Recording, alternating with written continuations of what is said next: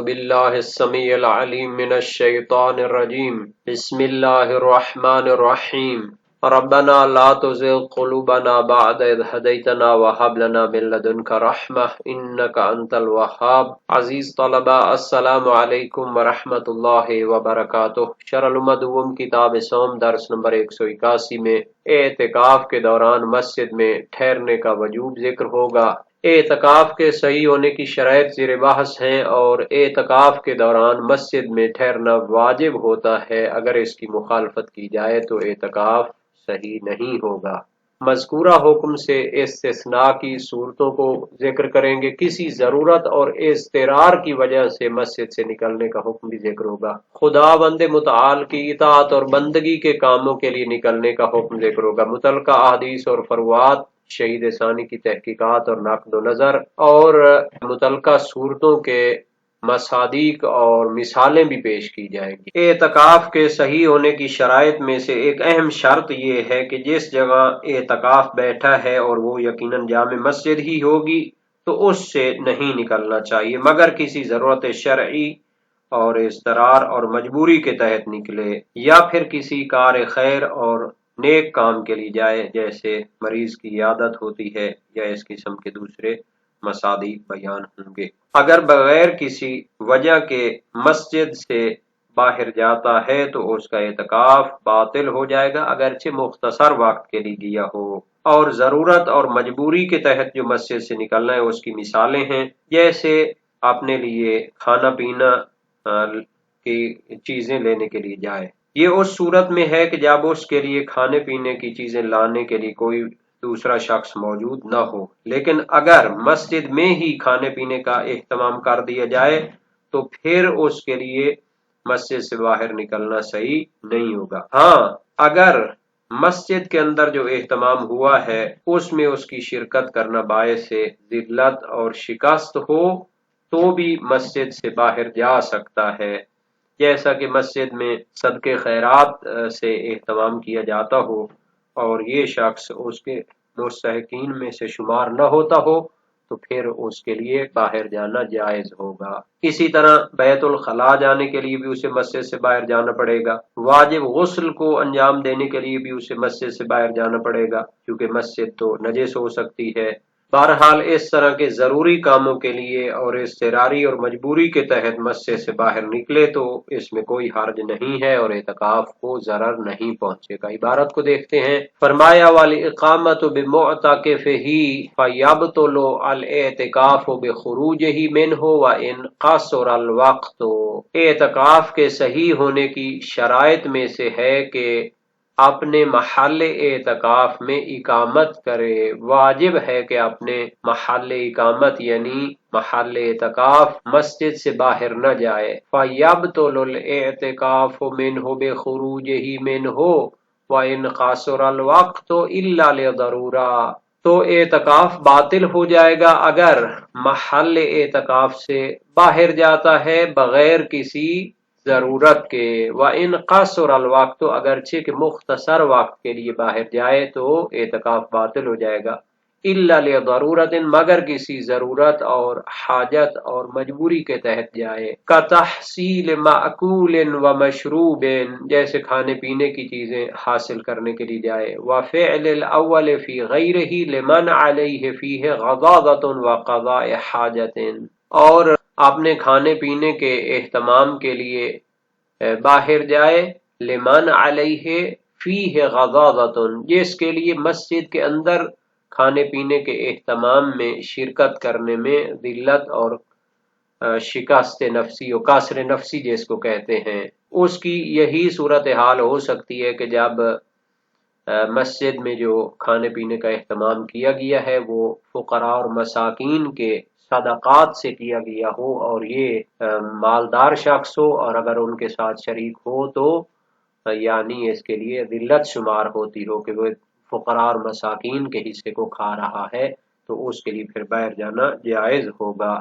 وقضاء حاجت، اس سے مراد بیت الخلاء جانا ہے۔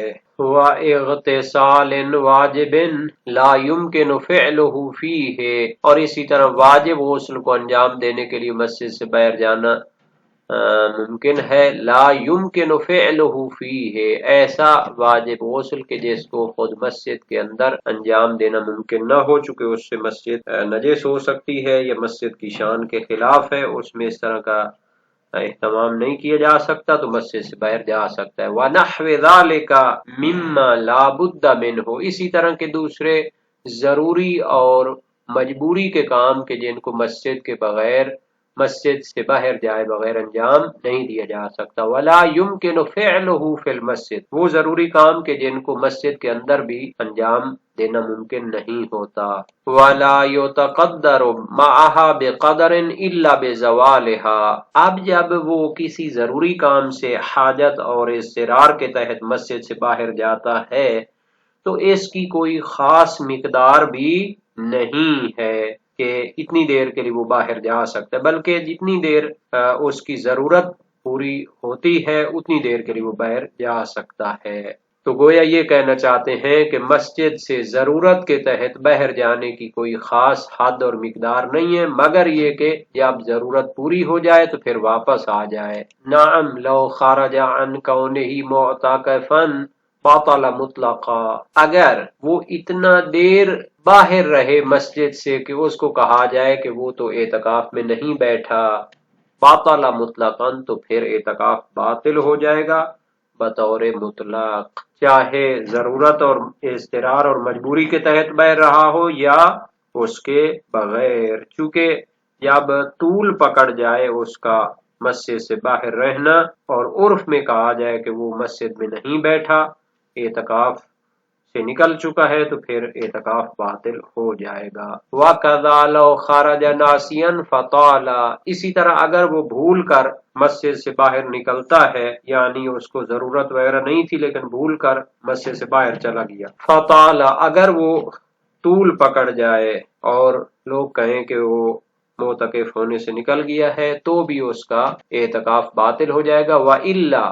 اگر بھول کر باہر نکلتا ہے لیکن بہت زیادہ طول نہیں پکڑتا اور اس کو یاد آ جاتا ہے تو فوراً واپس آ جائے۔ وَإِلَّا، اگر طول نہیں پکڑتا، راجع حیث ذکر، جب اسے یاد آ جائے تو واپس پلٹ آئے تو اس کا اعتکاف صحیح ہو جائے گا۔ فَإِنْ أَخَّرَ بَطَلَ، اگر جان بوجھ کر جو ہے اس کو تاخیر کرے واپس لوٹنے کو تو اعتکاف باطل ہو جائے گا، چونکہ اس کے لیے ہے کہ جب اس کو یاد آئے تو فوراً واپس پہنچے۔ جان بوجھ کر بغیر ضرورت کے باہر اگر دیر کرے گا تو پھر اعتکاف باطل ہو جائے گا۔ یہ پہلا مورد تھا کہ جب انسان اپنے محل اعتکاف معتکف سے باہر جا سکتا ہے، اس میں کوئی اختلاف نہیں ہے کہ ضرورت کے تحت وہ باہر جا سکتا ہے لیکن ضرورت کے بغیر اپنے محل اعتکاف سے باہر نہیں جا سکتا۔ روایات اس پر دلالت کرتی ہیں۔ داؤد بن سرحان امام صادق علیہ السلام سے روایت کرتے ہیں، لا ينبغي للمعتکف ان يخرج من المسجد الجامع الا لحاجت لا بد منها، اعتکاف بیٹھنے والے کے لیے سزاوار نہیں ہے کہ وہ مسجد جامع سے باہر جائے مگر ایسی ضرورت کے لیے کہ جو بہت ہی اشد ضرورت ہو۔ ثم لا یجلس حتی یرجع، پھر ادھر باہر جا کے بیٹھ نہ جائے حتیٰ کہ پلٹ آئے۔ والمرأۃ مثل ذلک، اور عورت بھی اگر اعتکاف بیٹھتی ہے تو اس کا بھی مرد اعتکاف بیٹھنے والے کی طرح حکم ہے۔ وسائل وشیہ باب ہفتم کتاب الاعتکاف میں یہ حدیث موجود ہے۔ اسی طرح صحیح ابن سنان، مراد عبداللہ ابن سنان جلیل القدر سے کا راوی ہیں، وزیر مشیر تھے اپنے دور میں، امام صادق علیہ السلام سے روایت کی، لیس للمعتکف ان یخرج من المسجد الا الى الجمعۃ او جنازۃ او غائط، اعتکاف بیٹھنے والے کے لیے جائز نہیں ہے کہ وہ مسجد سے باہر نکلے مگر جمعہ کی جماعت کے لیے۔ ویسے یہ قابل غور ہے چونکہ جمعہ تو اسی جامع مسجد میں ہونا چاہیے جہاں پہ وہ اعتکاف میں بیٹھا ہے۔ بہرحال یہ روایت صحیح سند ہے اور اس مثال پہ غور کرنا ہوگا۔ اور جنازتن، یا پھر مومن کے جنازے میں شرکت کے لیے باہر جانا ہو یا پھر رافع حاجت کے لیے باہر جانا ہو۔ کتاب الاعتکاف باب ہفتم میں وسائل وشیہ میں یہ حدیث موجود ہے۔ صحیح حلبی جلیل القدر سے کا راویوں میں سے ہیں، امام صادق علیہ السلام کے دور میں فقہا تھے، ان کا پورا خاندان ہی ثقات اور جلیل خاندان ہے جنہوں نے تشیع کے لیے اس دور میں اور مکتب ولایت کی نشر و اشاعت میں بڑی اہتمام کیا ہے اور کردار ادا کیا ہے۔ امام صادق علیہ السلام سے روایت کی، لا ينبغي للمعتکف ان يخرج من المسجد الا لحاجۃ لا بد منها ثم لا يجلس حتى يرجع ولا يخرج في شيء الا لجنازۃ او يعود مريضا ولا يجلس حتى يرجع قال واعتکاف المرأة مثل ذلك۔ وسائل الشیعہ باب ہفتم کتاب الاعتکاف میں یہ حدیث موجود ہے۔ امام صادق علیہ السلام نے فرمایا، اعتکاف بیٹھنے والے مرد کے لیے سزاوار نہیں ہے کہ وہ مسجد سے باہر نکلے مگر کسی ضرورت اور حاجت کے لیے، پھر باہر جا کر بیٹھ نہ جائے حتیٰ کہ واپس پلٹ آئے، اور کسی کام کے لیے باہر نکلنا جائز نہیں ہے مگر جنازے کے لیے ہو کہ مومن کے جنازے میں شرکت کرنے کا اس سے اہتمام اور اہمیت واضح ہوتی ہے، یا پھر کسی مریض کی عیادت کرنی ہو۔ سبحان اللہ، کتنی اہمیت ہے، یعنی معاشرتی جو اقدار ہیں اور جنت نظیر معاشرے کے لیے جو اخلاقی معیارات ہیں، ان کو اگر زندہ کرنا ہو تو اس کے لیے اعتکاف سے بھی نکل سکتا ہے۔ اس لیے جب ہم کافی شریف کے کتاب الایمان والکفر اخلاقیات کے ابواب کا عنوان دیکھتے ہیں تو اسے ایمان و کفر کی علامت قرار دیا گیا ہے، یعنی اگر اخلاق حسنہ ہوگا تو وہ ایمان کے بلندی درجات کا سبب ہوگا، اور اگر بد اخلاقی ہوگی اور اخلاقی اقدار سے وہ عاری ہوگا تو اسے پھر کفر کے اور یعنی غیر اسلامی جو معیارات ہیں ان کی طرف ڈال دیا جاتا ہے، اور بہرحال ان کاموں کے لیے نکل تو سکتا ہے لیکن وہاں جا کر بیٹھ نہ جائے حتیٰ کہ واپس پلٹے۔ اور فرمایا امام نے، عورت کا اعتکاف بھی مرد کے اعتکاف کی طرح ہوتا ہے۔ وسائل الشیعہ کا اردو ترجمہ جلد ہفتم صفحہ 308 میں باب ہفتم موجود ہے۔ معتکف پر خواہ مرد ہو یا عورت مسجد میں ہی قیام کرنا واجب ہے۔ کسی ضروری کام جیسے جنازہ میں شرکت کرنا، عیادت مریض، اقامہ جمعہ اور بول و براز کرنے یا کسی مومن کی حاجت براری کرنے کے سوا باہر نکلنا جائز نہیں ہے۔ اس میں کل 6 حدیثیں جن میں سے ایک کو چھوڑ کر باقی 5 کا ترجمہ کیا گیا ہے۔ شیخ صدوق کی سند سے داؤد بن سرحان کی روایت ہے، ویسے یہ روایت کتب اربعہ میں پائی جاتی ہے۔ حلبی کی روایت بھی کتب اربعہ سے منقول ہے، داؤد بن سرحان کی فقہ، فروع اور تہذیب سے۔ اچھا، اس کا متن یہ کہ میں ایک بار ماہ رمضان میں مدینہ میں تھا، میں نے حضرت امام جعفر صادق علیہ السلام کی خدمت میں عرض کیا کہ میں اعتکاف بیٹھنا چاہتا ہوں تو کیا کروں، اپنی ذات پر کیا فرض کروں؟ فرمایا، کسی ضروری کام کے بغیر مسجد سے نہ نکلنا اور کسی جگہ سایہ نہ بیٹھنا جب تک اپنی قیامگاہ کی طرف نہ پلٹ آؤ۔